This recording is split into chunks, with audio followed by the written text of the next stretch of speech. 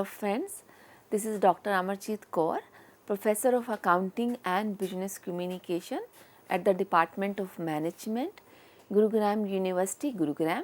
So friends, it's my privilege that I am here with you to talk on innovative debt instruments. This is the part 4th we are going to take up today, and in this part we are going to talk about green bonds especially. So friends, as the title suggests, innovative debt instruments, those instruments which are used by companies to raise debt from investors, to raise loan from investors, but they are not the ones where we have a straight coupon rate or a straight maturity period. We have some kind of tweaking, some kind of twisting, some kind of uniqueness in that debt offering.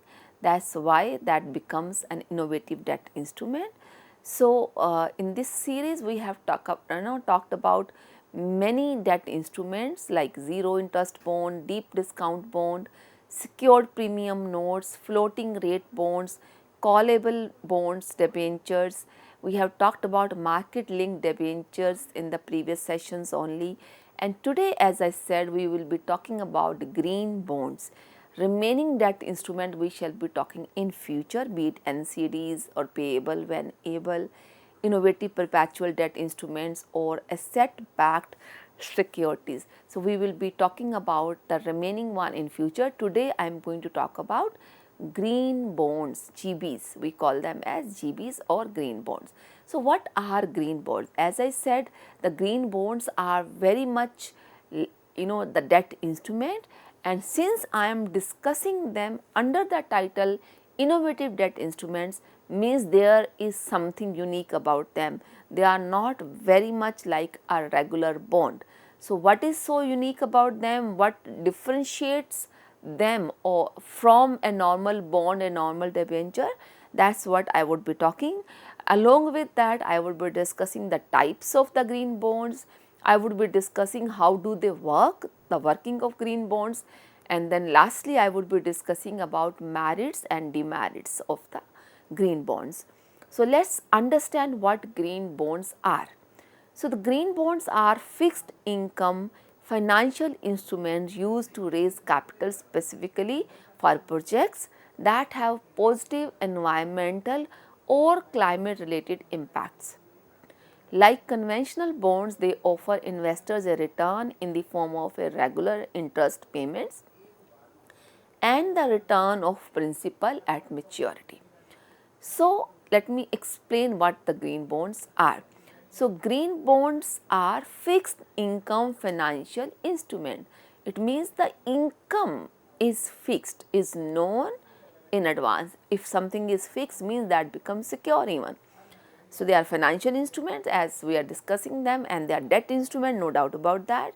They are used to raise capital by companies, but for a very peculiar purpose, that is specifically for those projects they have some positive environment or climate related impact. The name suggests green bond, means those projects which are going to improve the funds which are raised from these bonds are going to be used for some environmental friendly activity or climate related impact. So, for example, if we are putting up windmills to generate power, or we are going to manufacture EV vehicle, even that has to impact do with the environment, positive environment effect. So, the bottom line here is that the green bonds, the generation, the funds which are generated through green bonds, that has a specific purpose. They cannot be utilized for any other business activity, but for the projects which have positive environmental effect, climate related. For example, somebody wants to come up with putting up millions and billions of people trees, neem tree across the country, across the world, right? So, that is a project. We want to make the earth planet green again, right? So, that project may need crores of rupees, billions of rupees. So even somebody may raise, a company comes in and they want to raise funds to take over this project. So that particular bond would specifically say that the funds generated out of this issue of bonds will be used exclusively for environment friendly, climate related impacted, positive climate related projects. So like any conventional bond, be it debentures 10%, 8%, this is how we specify any conventional bond or debentures. They also offer a return in the form of a regular interest. For example, in market linked debentures, we do not have a coupon rate. There is no specific rate. They are also debt instrument, innovative ones. These are also debt instruments and are the innovative ones, but they have one feature very common to a normal bond or debenture. A normal bond or debenture or the conventional bond or debenture, they promise to pay you a rate of interest which is predetermined, known to you in advance. Same is here in green bonds. It means there is a regular interest payment to you, and also there is a guarantee to return of principal money at maturity. So these two features are very much alike any conventional debenture or a conventional bond. So what is making them different is the funds, the commitment of the company to use the funds generated out of GB's issues only for climate related projects or environment related projects. That is one major thing which makes them a different, or which make them innovative. They are counted under innovative projects, innovative bonds or innovative debt instruments. And another thing about green bonds is the core difference of green bonds from conventional bonds is that the proceeds from the green bonds must be transparently and exclusively used to fund environmentally sustainable project, which is often validated by a third party. So as I said, it's that's how they are differentiated from a normal bond.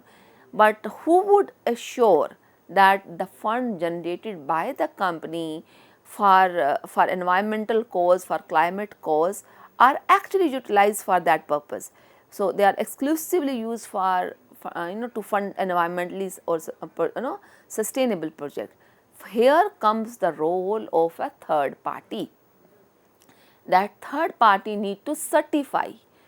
So there are certain agencies which are authorized to do the validation. So that third party would be validating that yes, the funds generated through the green bonds are actually utilized for the environmentally sustainable project only. So that becomes unique about green bonds. Okay. The another point about green bonds is the process of issuing and managing green bond is guided by voluntary standards such as the green bond principles created by International Capital Market Association. Since green finance, green bonds, so green finance and green bonds are same thing, right? So they come under that only. So it's a part of green financing. So green bonds actually are not very old. They have just come up in the last decade only, this decade only in fact. So the green bonds principles have been created, some standards have been created which are voluntary, right? So they are created and there is an International Capital Market Association, ICMA. They are the ones who kind of give certain guidelines and standards. Most of the companies are following them only because we do not have country wise there are not many standards being fixed by every country. They are not, because there are not so many issues of green bonds so far. It's not as common as we have the other type of bonds or debentures. So the International Capital Market Association, ICMA, they have volunteer standards, they have the green bond principles, that's what they call it as. And the whole process of issuing green bonds, managing green bonds, they are guided by these standards which are issued by ICMA. Okay, so who are the issuers generally in case of green bonds? So green bond issuers are couple of bodies. Generally, the sovereign government or municipalities, corporations, particularly in the utility and energy sectors, multilateral organizations such as the World Bank, European Investment Bank to pioneer the market. So, we could have any government, government of India, government of Haryana, government of Punjab, etc., or any municipality, MCD, Municipal Corporation of Delhi, Municipal Corporation of Ghaziabad, Municipal Corporation of any other city, you can Lucknow. So, we can any municipal corporation, any sovereign government may be the issuer. Companies can also issue, particularly the companies which are working in utility, for example, power generation. So, hydro plants, if the power is generated through coal, is not a very environment friendly option. But if we have a hydro plant to generate power, we have windmills to generate power, we have solar panels to generate powers, they all are treated as environment friendly project. But there are many challenges to that as well. I am well aware that these, even in a EV is not a purely a green product or green car, because the lithium is used, and lithium is actually extracted, lithium battery is used, and lithium is extracted from the environment, from the earth, and may have many side effects. So, they are same is for the solar. I met one scientist a few days ago who visited my campus. He was quoting that why there is so much rain and so much flood in Rajasthan, couple of parts of Rajasthan, because of the solar plants. That is what he said. So, there is so much of research going on. So, so if we may consider, as of date, we consider solar plant or windmills, everything as environment friendly, but nevertheless research is coming up. The critics are actually talking about the adverse effect of solar panels, adverse effect of many more, even economic EV vehicle, etc., which is true and which is been proven by many researches now. So, but as of date they are considered green projects. Government of Delhi, for example, is sponsoring, is giving waiver of on TDS, waiver on road tax, etc., for promoting hybrid and EV vehicles in Delhi, and so is UP. So many more states are doing the same thing. So, they are perceiving them as environment friendly, which they actually may or may not. In fact, they are not, to my personal understanding, which I have limited understanding, though I do not claim it clearly, but yes. So, so these are the kind of projects, utility projects are funded. Then there are multilateral organizations, be it World Bank of India, World Bank of the world, and European Investment Bank is there. They want to pioneer any particular market for a particular project, even they may issue, right. So, these are the generally most of the people who are issuing green bonds. Not every corporation is issuing green bonds. That is why I said there is a limited issue. Now, what types of green bonds do we have? So, green bonds, green use of proceed bonds, or green use of proceed revenue bonds. So, green use of proceeds bond, the issuer commits to using the funds for green projects, but retains a standard recourse debt obligation. Green use of proceed revenue bonds, the bond is backed by the cash flows from revenue streams such as taxes or fees from a green project. Let me explain these two types first, and then I will go for another 2-3 types of green bonds. So, the first one, as I said, is green use of proceed bonds. So, the green use of proceeds, the proceeds are what? Whatever we get out of issuing a bond is the proceed, right, that generally proceeds from issuing equity, proceeds from issuing debentures, proceeds from issuing bonds, and then here we are talking about proceeds issuing green bonds. Okay, so here the type is green use of proceeds bonds.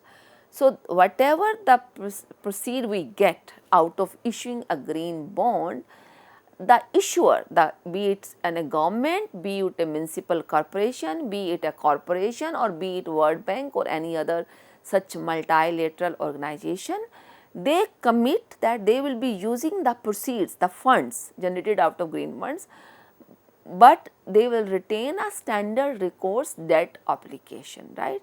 So, they will be using those funds only for green projects, that is the commitment. So, if here the commitment is using the proceed. The other type is the green use of proceeds revenue bond. The bond is backed by the cash flow from revenue streams such as taxes or fees from a green project. Here the commitment is that you will be paid off from a project where the green project, the cash flow is generated out of green project. So, I am generating funds by issuing a green bond for which the payment is made from the proceeds which are generated by the company, or the cash flows which are generated by the company from any other or from this green project. It could be independent another green project, so I am getting funds from you with a promise that I would pay you off your principal money or interest from the cash flow which I am generating from some other green project, right. So, I am not assuring you that I will use your proceeds for green fund or from green project. I am assuring you that the money which is being paid back is actually generated from a green project. So, that is the difference between the two. I hope I am able to explain you. The third type of green project is green project bonds for a single or a multi-purpose green projects with direct exposure to the project risk. Green securitized bond where the cash flows from green projects is used for repayment. Sovereign green bond, the fund large scale environment initiatives. So, these are the another theme types. So, in total 5 types of green bonds are there. So, 2 we have already discussed. The third is green project bond.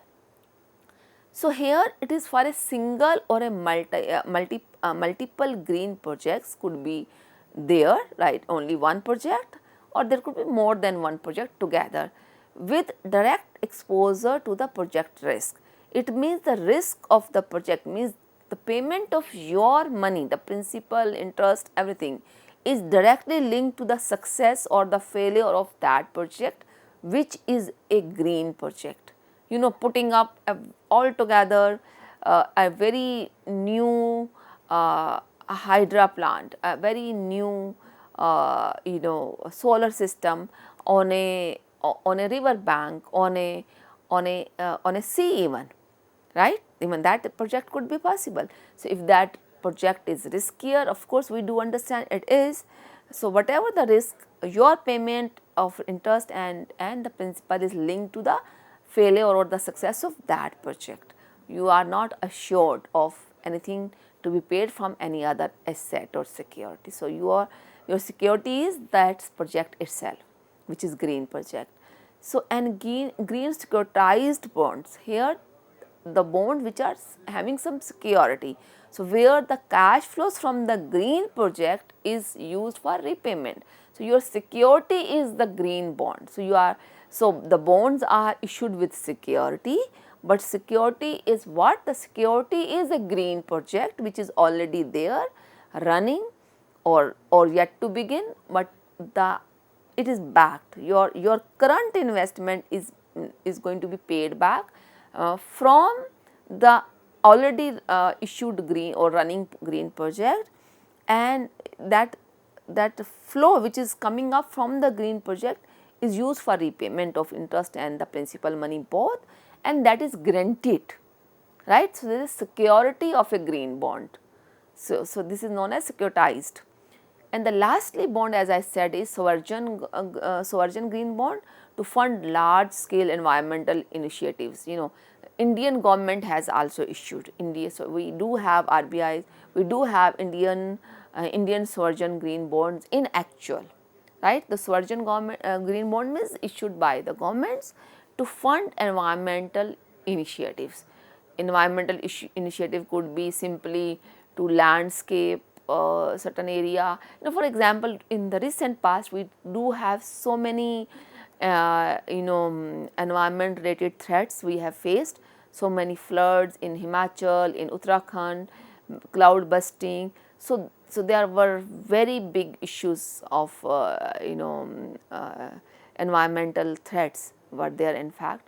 So if a government takes up some initiative to ensure those threats are curbed to greater extent or are completely curbed, then whatever is being taken up is going to be funded by a bond which is issued by the government of Himachal, government of Uttarakhand, government of India.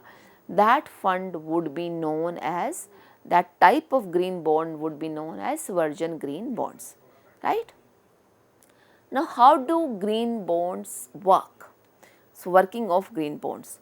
So, first of all, use of proceeds include renewable energy, energy efficiency, clean transportation, sustainable water management and green building, etc. Process for project evaluation and selection must disclose how the project aligns with the designated green categories. So, first of all, the use of proceeds. Okay. So, use of proceed is going to be used only for either renewable energy, energy efficiency, clean transportation, even the green vehicles, as I said, green buses. We do have green buses as well, sustainable water management, green buildings for that matter. Even if a green building is to be constructed by a government where completely 2-layer, 3-layer building, there is no need for air conditioner, they are so well ventilated automatically, they are cooled, cooled in during the summers, they are heated automatically because of the structure, the design, plantation, etc., etc. So, they are green buildings. So, use of proceed is meant for these purposes. And another thing is the process for project evaluation and selection must be disclosed how the project aligns with the designated green categories. So, the categories I just discussed in the previous point, and this becomes the obligation or the responsibility of the issuer of green bonds to justify how the green bonds which they are proposing or they are issuing floating in the market, they are linked to any of the green category, right. So, another point about green bonds is the management of proceeds must be tracked and managed in a sub portfolio to maintain transparency and reporting, regular updates to investors on allocation of funds and the environmental impact of the project. So, these 2 points about the working of green bond is that first of all, the proceeds which we generate through green bonds issuing, how to manage that. So, that proceed must be tracked and managed in a sub portfolio. They should be kept separate and there should be a complete transparency so that issuers would be knowing it at any point of time that how the proceeds are used. Any government would know, any agency, any multilateral agency worldwide should know that. And the reporting should be regular, there should be regular update to investors on the allocation of the funds, that they have been allocated this much percentage of the fund generated from green bonds have been utilized for this part of the project, this much is left with us, that there should be pure transparency in reporting as well. So, this is how green bonds work. Now, I would like to talk about merits and demerits of the green bonds. Here are few merits: enhances reputation, number 2 attracts a diverse pool of investors, number 3 lower cost of borrowing, Number 4 aligns investment goals with the environment values. So, enhances first merit is that the green bonds, they enhances reputation of the company whosoever issues green bonds or the government who issues green. So, that leads to that company or the corporation or the government is conscious about environment. That is the first thing which happens because of green, because today it's all about green. People talk about green marketing, green HR, green finance, etc., etc. The second is they attract a very diverse pool of investors. Youngsters, Gen Z who are conscious about environment, they become interested. The investors who otherwise would not invest, like to invest in bonds or equity, other, they just are investing in FDs or very conservative means of investment, even they may come forward and they become investors here. And the cost of borrowing is relatively less because of the green factor playing a role here, and they align, the issuing of green bonds align with the environment value goal of achieving great environment, keeping great environment. So disaster management, etc., etc. So this has a very wider role and wider spectrum here, uh, because of the very nature and the intention of issuing green bonds. When it comes to limitations, certainly they do have the limitations as well. So demerits are, there are a couple of more merits about green bonds. They offer tax incentives, they offer a good financing mechanism for environmental projects. They offer better reporting of ESG, and they affect profitability of a company. So companies get better reporting, their profitability gets better. So these are the another few merits of the green bonds. That when it comes to limitations, greenwashing is the first demerit, lack of standardization is the second demerit, third party verification, as I mentioned, is required, is another limitation. The last is liquidity risk. It's not easy to sell them easily in the market. So green should be actual green, as I said, so that's what we call as greenwashing. We do not have good standards or principle to manage or to regulate green bonds, and the problem is the third parties involved in verification of utilization of green bonds proceeds. And certainly the last demerit is the liquidity risk is there. We are not able to sell them so easily in the market. So these were the limitations of green bonds. There are a couple of examples of green bonds. For example, L&T has issued green bonds in 2017. Tata Clean Tech has issued. Ghaziabad Nagar Nigam has issued in 2021. So we have DME who have issued in 2024. L&T issued again in 2025. Mindscape Business has issued in 2025. So these are the green bonds examples. I hope I was able to help you understand the merits, demerits, the functioning, the working, the types of green merits. So as a very upcoming innovative debt instrument. And with this, I am I have reached to the last stage to say you bye for the time being. So time to sign off, friends. Bye bye.